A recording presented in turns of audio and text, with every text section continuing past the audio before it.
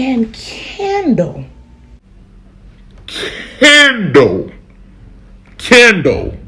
Hey, what's up, YouTube? It's your girl Sheridan S. Davis, and I'm back with another video. Thank you guys so much for tuning in. Don't forget to like, comment, and subscribe, okay? It's these YouTube streets. Y'all know how it go.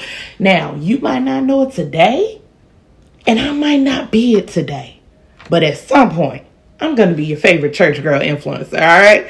Welcome to another video. Now, for this video, I want to review a show called Reading Things My Way. Now, I love to watch YouTube videos, love watching reviews. In fact, I watch YouTube reviews more than I watch the shows. I'm weird like that. And I see people reviewing shows that are on TV, and I figure this internet show thing has been untapped. So let's get into Reading Things My Way. Now, this is season 2. I am reviewing episodes 1 and 2, and I will be doing regular reviews of this show. And I'm going to be posting them. I want to do Sunday night, but Mr. Reed be posting these real late. Okay, I don't be staying up that late. So if he posted in time where I could take notes and watch it and upload a video and all that good stuff, I will put the reviews up on every Sunday night. If not, Monday. Now let's get into it. So this show is brought to us by Larry Reid of Larry Reid Live, who is a bit of a controversial figure in the church. But that's all right. I want to give this disclaimer that I know I see Christians talking about people shouldn't watch Larry Reid, whatever, that's your prerogative. I want you, if you feel like that, if you feel that I shouldn't watch the show, keep that over there. Don't tell me what to do over here. Amen. Praise God. All right. So anyway, I'm not a stranger to who Larry Reid is. Y'all know how they say you got 6 degrees of separation between every person? Well, it's literally one. Literally one. So I have been watching his show for years. In fact, before Larry Reid Live, I knew who Larry Reid was. Or shall I say, before Larry Reid Live became the Larry Reid Live that we know of, I knew who Larry Reid was. So I know this guy named Tim Clinton. I actually helped him build his internet radio station called XL Radio at the time, and he would post Larry Reid. At the time, I think he was like prophesying and stuff. So I saw what's it called? Periscope. Y'all remember Periscope? So I saw a Periscope video of him prophesying about like an agent or something, showing him a file with like prominent preachers' names with scandals and all that type of stuff, and saying that it was going to hit like the airways. And he would be answering prophetic questions and stuff like that. And I really feel like in that video, which is on YouTube today, you see my name in the comments, he really prophesied LRL. Now, do I got to agree with everything Larry Reid does on Larry Reid Live? No, I don't. I don't agree with everything he says. However, when I look at that man and I see what he has been able to build, it's something about it I'm going to take notes on. Something about it, okay? Now, I don't agree with everything he says, but there are things that he does that I want to take notes on so I can implement. Listen, y'all need to learn how to chew the meat and spit out the bones. So yes, I saw season 1. Wish I could have done reviews on that, but I'm back here in this season 2. Let's get into it. Now, episode 1, season 2, I am here for it. I was all in the whole time. Now, when we got to episode 2 was a bit too much for me. It was kind of long.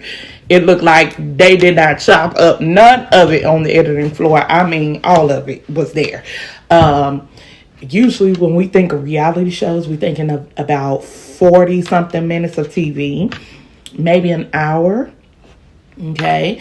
So when episode 2 happened and it was about 2 hours, I was just, that on top of the documentary and all that, it was just a little bit too much of reading for me, but I'm here to review it, so let's get into it. Let me start by saying Vincent is my favorite, and y'all will see in the upcoming months as to why Vincent is my favorite, but he absolutely is. I am team Vincent Hill, Period. Period. Period. All right, so episode 1 starts off, and let me just say that I have noticed 2 things about Larry Reid with reading things my way and with LRL. Number 1, Larry Reid gonna tell you that he's been doing this for a long time. Whether it's pastoring or hosting shows, he gonna let you know how long he been doing it, that he is Stellar Award nominated. He gonna let you know he been preaching for pastoring for 20 years. He gonna let you know how long he been doing it. And number 2, he is going to plug his other projects. That man said, have y'all seen the documentary? And I was here for it. And I'm gonna take a page out of that book, and let's pause for the cause right here. Hey, did you all know that I am an author? The series I'm most known for is my series called Church Girls, okay? Everybody loves it. It is available at Amazon.com. My latest book is called Late Registration, which is a spin-off of Church Girls. So if you don't have those, the link is in the description box below. Amen. You start off by seeing Larry in his confessional. He's talking about all the businesses and all the things he got going on. And then we see Shamako making cakes. I want one of Shamako's lopsided cakes. I don't care how it come out. I want one. My girl Carolyn, she rants and raves about these cakes. Shamako, I'm gonna need a cake. In fact, I just want to come over and have dinner. Can I come over? I need to come over and have dinner, okay? Next character we are introduced to is Nathan Locklear. He is new to the show, but apparently he know these folks. Nathan. His wife boring. Okay, his wife real boring. She might be a beautiful lady, but she is very boring. But his daughter is my favorite of all the kids. She seems to be very level-headed, smart, and she ain't for none of the other kids' mess. And I like Ayana. Okay, so speaking of kids, we got Zoe, who cracks me up because she don't care about nothing. We got Ayana, who I said was my favorite. Then we got Exaria, who Zoe and Exaria are Larry and Elisa's daughters. Exaria give me sneaky vibes. Sneaky. Like even her voice is deceptive because she'll talk like really sweet and but be saying something mean like I really don't think it could be fixed. Like she give me charmer vibes. Very pretty girl though. Zoe and Exaria are very pretty. All the kids are good looking kids. But Exaria give me sneaky vibes. Even without the whole boy story, I would still feel like she's sneaky. Something about her vibe just reads sneaky to me. And then we got Joshua. Listen, I don't like to talk about folks' kids, okay? And I don't really have nothing negative. Well, it's a critique. Joshua need a whooping. Okay. I mean, a whooping. Joshua is real messy. I mean, have y'all seen this show? The link is in the comments. That little boy is messy boots. And he was messy last season. He's still messy this season. I can't. I like Joshua. He's a handsome young man. And he, of course, has some growing to do. But I need him to stop being this messy. It's not cute at all. At all. You gonna lose a lot of friends being this messy, baby. So go ahead and change. So anyway, Nathan Locklear rubbed me the wrong way when he is talking to his wife, who is mute, and his daughter. She's not really mute, but whatever. And his daughter about, how they feel about going to Thanksgiving. So this whole episode is surrounded about Thanksgiving. And everybody getting together for the first time in a long time at Thanksgiving. So he asked them how they feel about it. And as his daughter is saying, I'm not happy about going because me and Exaria got issues, he says to her, if me and Reed could fix it, you guys can fix it. And he was very dismissive of her feelings. This baby don't just have issues with Exaria being mean and bratty to her. She has issues with the adults in the room too, because according to Ayana, her mother was in the hospital and was in a coma for days, and none of the saints, her goddaddy or otherwise, came to see about them. That's a problem. That is a problem. So this baby needs healing. She don't need to just address Xaria, but she really needs an apology from everyone. So I felt like her father was being very dismissive of her feelings. And the truth is that in life, everyone does not kiss and make up. It's just the truth. It's just the truth. Like, she doesn't have to do away with her feelings or get over something because you're deciding that you and Larry and Shamako and them want to rekindle y'all relationship. Okay, well, y'all go ahead and rekindle, but I still feel the way that I feel. How come you get to take time to experience and express your feelings, but I can't? I need help. They tell us that while they were in Florida when Elisa and her then wife, who we'll get into that later, when they were then out there playing lesbians, all the kids was in the pool talking, and Xaria revealed that she smokes, and Ayana told her mother. Now, I need to know how Ayana told her. Was she telling her out of concern for her, or was she telling her to gossip? Because I'm gonna tell y'all the truth. I probably would have told my mama in a gossiping fashion, like, girl. Xaria be over there blowing trees. She a whole star. Like, I wouldn't know how she told her mother. So her mother then tells her husband, Nathan, who tells Larry D. Reid. And Nathan, you getting on my nerves a little bit. As a daughter, you're on my nerves. Because number one, why are you the only person in the scene with pajamas on? And you're talking about the food that these folks done fix for the nourishment of your body. You could have cooked it. You just got a lot of critiques for everybody. So number one was the pajama thing, because everybody else fully dressed. And number two, man of God, he says that he told Larry because Larry and Shamako were getting their friendship back tight with him, and that needs trust. So he didn't want Larry to later on find out that he knew that his daughter was a stoner and didn't say anything. I got that. So you were willing to betray your daughter's trust for something she told your wife on the side for the approval of Larry? Y'all need to give me more context. That wasn't sitting well with my soul. Because at the end of it's a hair on my lip. Because at the end of the day, you could have just told Larry you need to have a talk with your daughter.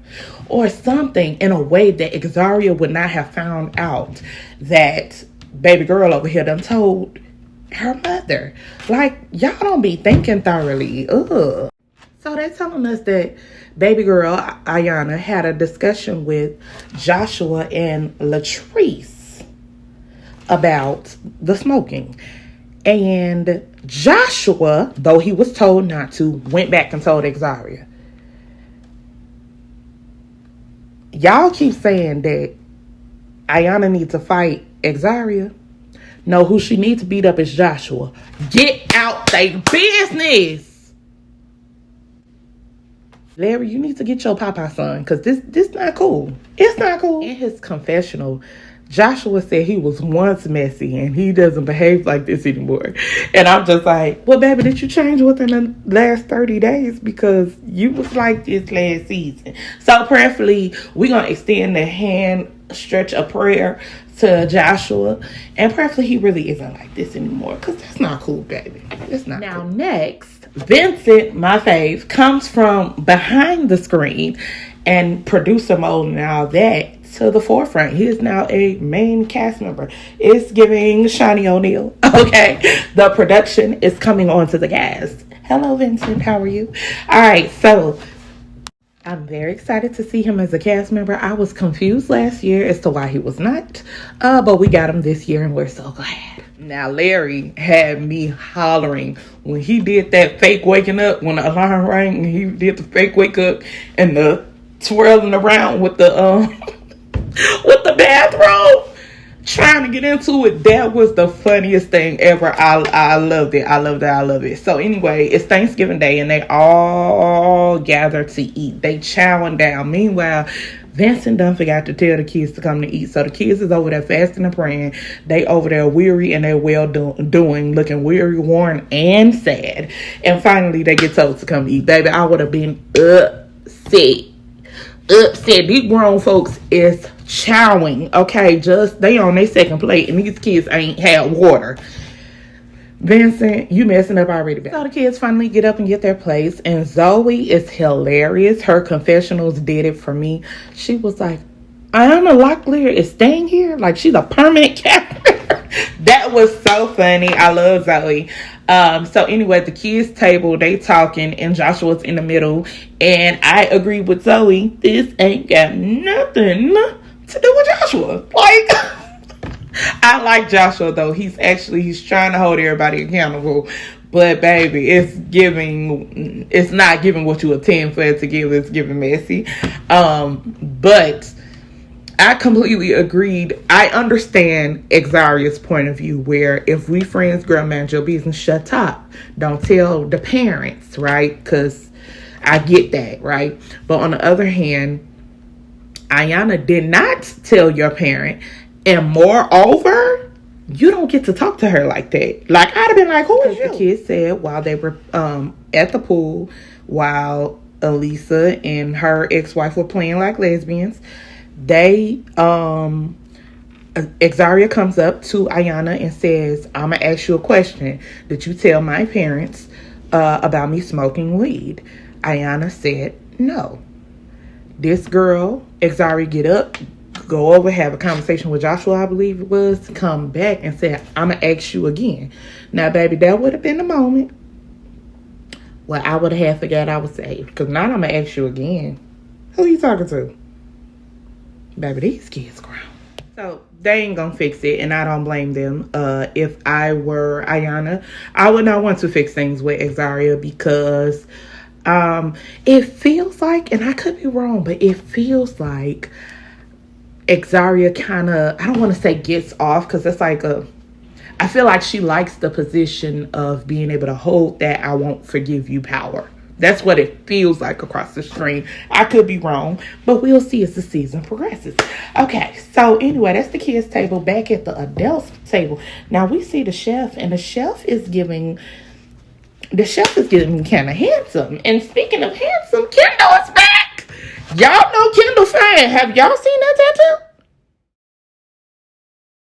Like, there is a clear consensus across the church girls board that Kendall fine. So, shout out to fine Kendall. Anyway, Kendall enters the chat, and then we meet Eddie, the MBN network, yeah, I said it right, accountant. Hey, Eddie. Eddie is hilariously messy, too. And so Vincent puts the heat on the table. He puts on the hat of the messy producer, again, Shiny O'Neal, and he introduces the conflict between Kendall and Shamako Bryant. My God, care pastor Shamako Bryant. Locklear explains that there was a breakdown or an argument between Kendall and Shamako. Okay, Kendall was already wound up, and then Bryant said, "I think you need to do blase blase." Kendall was like, "Well, don't talk to me like that. I feel like you rushing me, so on and so forth." And then Bryant said, "Well, I didn't mean for you to perceive it that way, but I apologize. Well, I'm just saying, so on and so forth." It kept going. So then Bryant said, I'm gonna let you talk, which surprised me. Bryant said, I'm gonna let you talk. And then Kendall was talking, and as soon as Kendall finished, Bryant started talking, and Kendall intervened quickly. And then Bryant, let me speed up the story, Bryant walked away and said, well, I ain't gonna, before that, he said, Kendall started saying something, and he said, that's irrelevant. That was a trigger word for me, though. Now, to me, where I got annoyed with Larry Reid is I feel like, in my humble opinion, because I love Larry, I'm a patron, okay?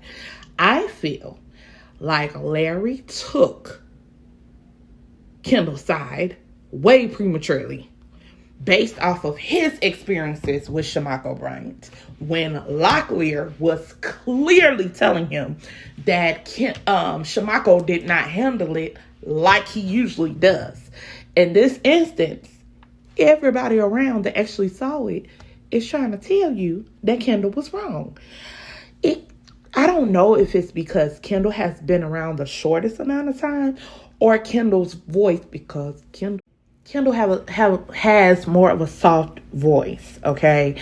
And I don't know if that's it or it's the fact that he hasn't been around as long. But Larry be taking up for him and almost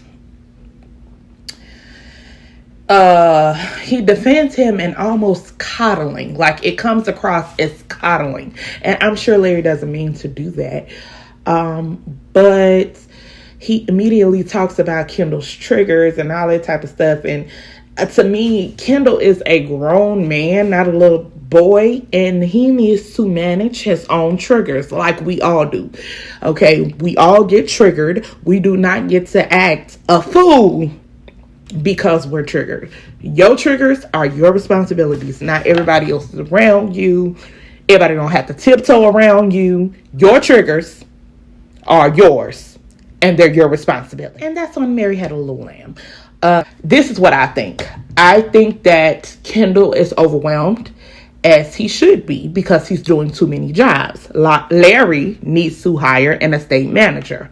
Kendall is not that. He cannot be an estate manager and an assistant. Baby, I used to be an assistant, and when I tell you that was an on-call all of the time job, and it's a lot to do, it's a lot to manage, and then I started handling booking and stuff too, so it was so much. And I really think that Kendall is doing too much. Like, get you an estate manager so that he can be efficient at his job, because he ain't got it in him to do both. Clearly. Okay, like, it's nobody can teach you for real how to be an assistant, like in a ministry especially. Either you have it in you or you do not. And Kendall do not. Well, he may have it in him to be an assistant, but he don't have it in him to do assistant work and be an estates manager. Anyway, Kendall was overwhelmed trying to make sure everybody got COVID tested per his job. That part was his job. And Shamaka was trying to leave the estate, etc. And things just got nasty. And they really didn't have to be nasty. What Larry really had bothered me was when he said, you know how Kendall is. That whole mindset bothers me. Because how you are, like, if you rule or if you be cutting folks off, it ain't no, we just got to accept that that's how you are and deal with your tantrums and your childishness now. Now, I get that because I know how you can get, that I can maybe not allow you to bother me. But how he is, his cutting folks off, is a trigger for Shamako. Do Shamako's triggers not matter and it's only Kendall's that do? I just need clarity. I love everybody. I just want some clarity. And it felt like Kendall knew he was wrong. And he was doing the old switcheroo. Like, he was making himself the victim, but he was the one that bucked up first. I don't want to say victim. He was making himself right when he was the one who bucked up first, right? And so he's explaining himself, and Shamako, rightfully so, had an attitude because Larry is telling him, well, I know you, so I know you was wrong. And Shamako is looking at Latrice, who had his back. Y'all getting back together or not? Because Latrice is a good wingman, okay? He looking like, either way I'm wrong, right? Like, I'm just gonna be wrong by the nature of being wrong. And Kendall decides to look Shamako in his face. It's getting real intense now. Vincent got the music starting to bubble up, the little suspenseful music. That's something about something's about to break. Music going in the background. He looks Shamako in his eye and say, you are always impatient. And I said, oh, Lord. And you see Shamako trying to swallow his anger down because he annoyed. And I would be too. So he's swallowing. Meanwhile, Kendall anger is bubbling over like Jesus love. And Shamako apparently makes a face that we Can I see? And in doing so, he done teed off Nancy.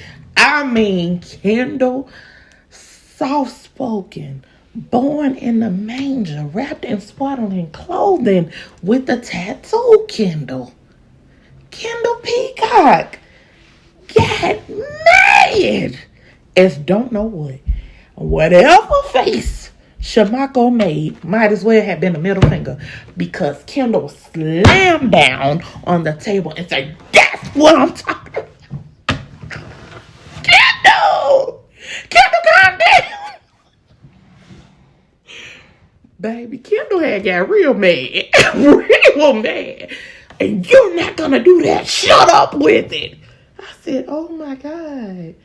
I know his throat was on fire. That's the loudest he ever been in his life. And Vincent, instigating behind was like, oh, it got real. I was hollering. Baby, Kendall was big mad. Okay, he was upset. He said that facial expression triggered him. And while I'm sure it did, I'm going to need you to get some emotional maturity about yourself as you are 40 years old or however old you are, and learn how to handle yourself a little bit better than that. Because I'm going to tell you right now, if I were Shamako, it would have taken all the king's horses and all the king's men to put Kendall back together again. Because I would have leaped beyond the break and knocked Kendall at Thanksgiving. Y'all would have called the police on me. Called the police on me. But I got a question. Did y'all see when they panned the camera back over to Kendall and he was crying and talking about all my life I had to fight? Did y'all see Joshua was in the corner peeping in? Let me see.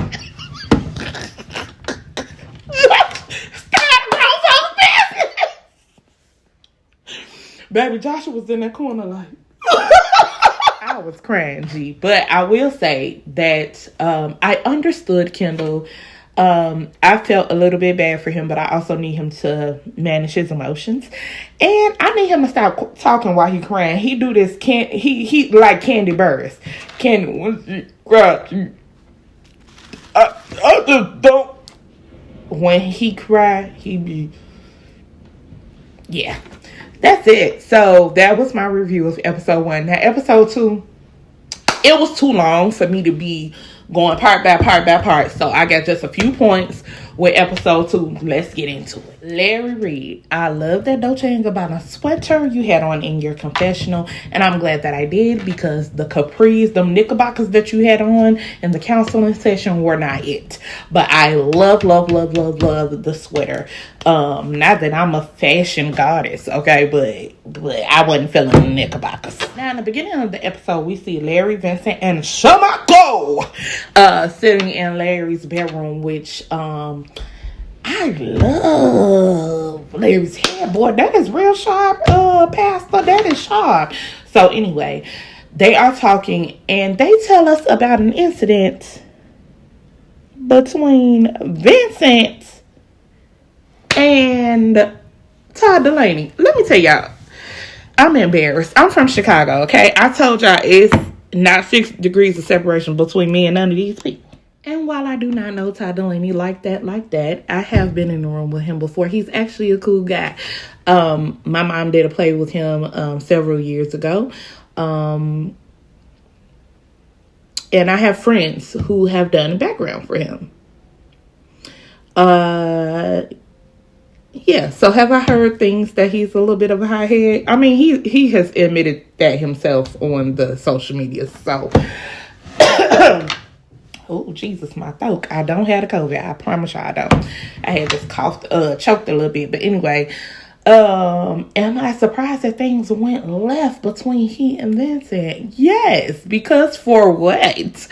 Vincent is very excellent at what he does, honey. He's excellent. So... I don't know. I was on Vincent's side with this argument. I'm on his side not because I like Vincent so much, but literally because... now, while they didn't give us all the details of what happened between Vincent and Todd, as friends, I do expect my friends to speak up for me. And they claimed that they did it before Vincent got into the room. I need evidence. But that would hurt my feelings too. Like, nobody should be able to get in my friend's face, get in my face in front of my friends when my friend is running stuff. Like, no. And Ty absolutely should have apologized to Vincent for whatever he did and however he handled himself. Because you should not be almost coming to blows with one of Larry's best friends at his house. That is crazy. That is crazy. You crazy. I would have been mad at Larry too. And Shamako, and just felt like y'all didn't cover him and or have his back. And you're right for feeling like that. And just don't have an expectation for them to cover you. And that's that on that. And when you express that, for Larry to be like, okay, cool, so I don't have to do it. Bruh, baby, it's giving weird. It's giving weird. Now, I also want to point out that Vincent had said that he was going home to cuddle, and I'm nosy. I was like, with who? Who you cuddling with, Vincent? I want to know the business. But he did say snuggle. But anyway, potato. So anyway, he also tells us that, first of all, he reached out to Kendall to basically offer him some help. It doesn't matter how much help you offer him. He don't need that role. He can't do both, an estate manager and an assistant. He can't. It just ain't in him. So hire somebody else, or tell Larry to hire somebody else. That's the help he needs. Also, Larry tells us that he's getting veneers. And Larry, I'm in my teeth process as well. Y'all see I got gaps with an S. I'm going to keep this middle gap because it's like my family signature. But other than that, they need to be closed. I've already started my process this month, so I'm very excited about that. But regardless, he says he's getting veneers though. I hope he's getting a size medium, because all these celebrities are getting the double XL and it's giving ugly. So hopefully Larry getting a medium, because don't let them mess up your smile with them doggy dentures. Don't do it. Moving on, we see Larry in a counseling session with his ex-wife,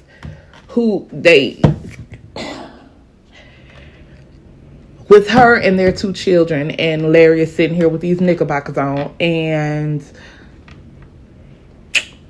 listen, we have already heard the song and dance about, how they broke up, how they coming together for the children. Here's what I'm gonna say. I don't know what was going on in Florida. It just seems like trauma for everybody that was involved. Like everyone that was involved. The children and both women's. Both set of women's. Am I Andrew Caldwell? Both set of children and both women. And I feel very bad that everybody had to go through that. I am mortified listening to this. Probably because I know people involved. I hate it. One thing I can say, even watching, because I was following everybody on social media when this was actually going down, and it was always like, I just hate it. I hate that everybody has to go through what they went through. I feel bad for these girls. And they have to, their parents and the therapist basically have to undo, you can't undo it, but help them to cope with the trauma that they experienced in that situation. And I feel bad. I want Larry and Elisa to make sure they're listening when their girls speak. Both of y'all, while Larry's pointing the finger at Lisa, telling her she needs to be around, that is true, but both of y'all have been absent. And from what you all have shared with us. And I hope that everybody gets the healing that they need. One thing I truly appreciate Larry as well as his team for doing is for censoring old girl's name. She does have a family. She does have children. And I just don't want them to be hurt by things that are said. So I'm happy that her name is not being it's being mentioned, but we can't hear the name. Larry calling that lady the devil. I just can't. But listen, I was not in their shoes to experience what they did. But I'm glad that you guys are not saying the name for the sake of those children and that family. I do pray that both families have healing. Florida just sounds like it was a terrible decision all across the board. And yeah. So these folks go out to dinner as a family, and preferably they get a chance to continue to do so. Zoe need a hug. And that's all I'm going to say about this, because this episode was 50 million hours. But it was an entertaining 50 million hours nonetheless. So thank you all so much for tuning in, honey, to me, Sheridan S. Davis. I am your favorite church girl influencer. May not be today, but at some point I'm going to be her. And thank y'all for tuning in. Make sure y'all like, comment, and subscribe. Share this video. Share it. And read my books. And tune in to Reading Things My Way on Sundays on the Larry Reid Live page. All right. Y'all have a blessed evening. Why people be saying blessed instead of saying blessed? I don't know. But anyway, love y'all. Bye.